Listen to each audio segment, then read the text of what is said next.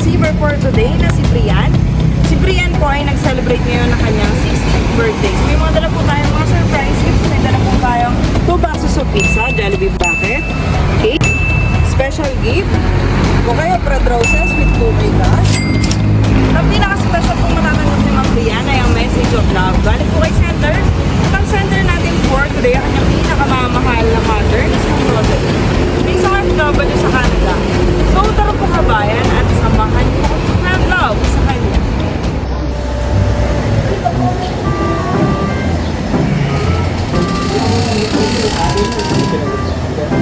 Pwede po ngayon ang Brian. Ang bali may package delivery po. Kasi may babayaran po 200 po sa delivery. Gawin nyo na lang dito para mag-deliver. Ayan, it's a prank! Happy birthday! So wala po kayong babayaran. So by the way po, I'm Clarice from Send Love to Pinas. Kami po yung way ng FW abroad para po i-surprise yung mga loved ones na sa Pilipinas. Ayan.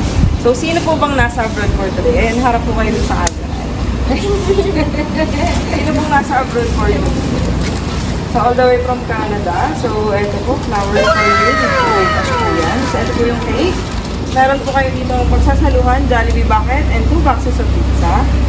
So open ko lang din po itong cake. Katahan ko po kayo ng happy birthday.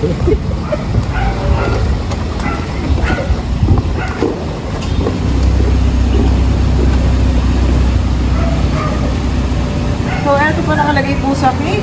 Happy birthday, Brian. Love, Mommy. Thank you. So, kantahan po natin si Brian ng happy birthday. Okay, 1, 2, 3, sing. Happy birthday to you. Happy birthday to you. Happy birthday, happy birthday, happy birthday to you. Okay, may kawish po.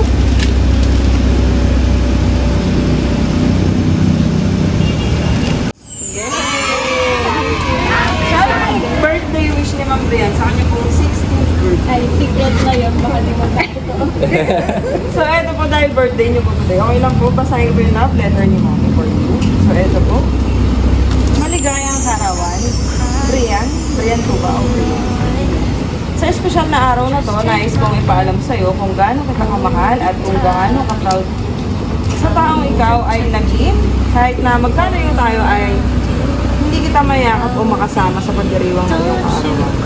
Dala-dala kita sa bawat panalangin at bawat tibok ng aking puso. Hindi madali ang malayo sa'yo. May mga pagkakataong namimiss ko ang iyong ngiti, ang iyong mga kwento at maging ang simpleng presensya mo sa araw-araw. Ngunit tandaan mo kahit gaano man kalayo ang pagitan natin, walang distansyang makakapagpabawas ng pagmamahal ng isang magulang para sa kanya. Salamat sa pagiging matatag, mabait at mapagmahal. Ikaw ang isa sa pinakamagandang biyaya na ipinagkaloob sa akin ng Diyos. Ang bawat tagumpay mo ay aking pinagmamalaki. At sa bawat pagsubok na iyong hinaharap, lagi mong tatandaan na nandito ako sumusuporta at naniniwala sa iyo. Ang hiling ko sa iyong kaarawan ay magkaroon ka ng mabuting kalusugan, tunay na kaligayahan at matupad ang lahat ng iyong pangarap. Mabay-gabayan ka pa ng palagi ng Panginoon at punuin ang iyong puso ng pag-asa, lakas at pagmamahal. Mahal na mahal kita, anak, kahit malayo tayo sa isa't isa. Ngayon, darating ang araw muli. Muli kitang mayayakap ng mahigpit hanggang sa araw na iyon. Lagi mong tatandaan na ang puso ni nanay ay laging kasama mo saan ka man naroroon. Maligayang kaarawan, aking mahal na anak. Love, Mommy Roda. So, napakaganda pong message ni Mommy Roda. So, ano po masasabi niyo po kay Mommy Roda na ikinigay sa atin? Thank you kasi hindi ko na-expect ko kasi nag-gift na siya sa akin before. Tapos sabi ko, thank you kasi sobrang na-appreciate ko yun. And first time niyo po makatanggap. Yeah, thank you talaga and I love you, Mami. So, sino po gusto mag-message kay Brian?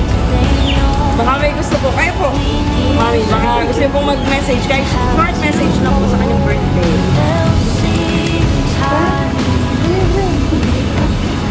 Wala po ba kayong gusto Message namin kay Ian. Very mabait to. Kasi very matulong. Pagpatuloy lang ngayon. good study habit niya, sa pag-invite niya, and you always feel lahat ng lessons na yun provided to you, and that will guide you kung saan naman marating niya. On her 16th birthday, decisions, gagawa siya. Always ask God for blessing for every decision that you will make. And lagi mo isipin na si Mami, si Daddy, at lahat ng pamilya mo, kaming lagi kami nakikita. Mahal ka namin. Happy birthday! Magandang message. So, ayun po. So, sana po malubang po yung pangarap nyo ay matupad nyo po sa tulong po ng ating Panginoong Diyos. At sana po maintindihan nyo rin kung bakit din po nagsasakripisyo si Mami. So, happy birthday at sana po napasaya po namin ang inyong birthday for today. So, wala na po ba kayong gustong message? Speechless na.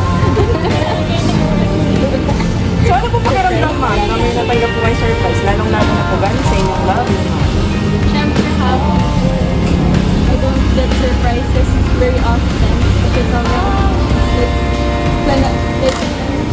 basta parang sinasabi ko lang yung gusto ko mga Thank you, very appreciated.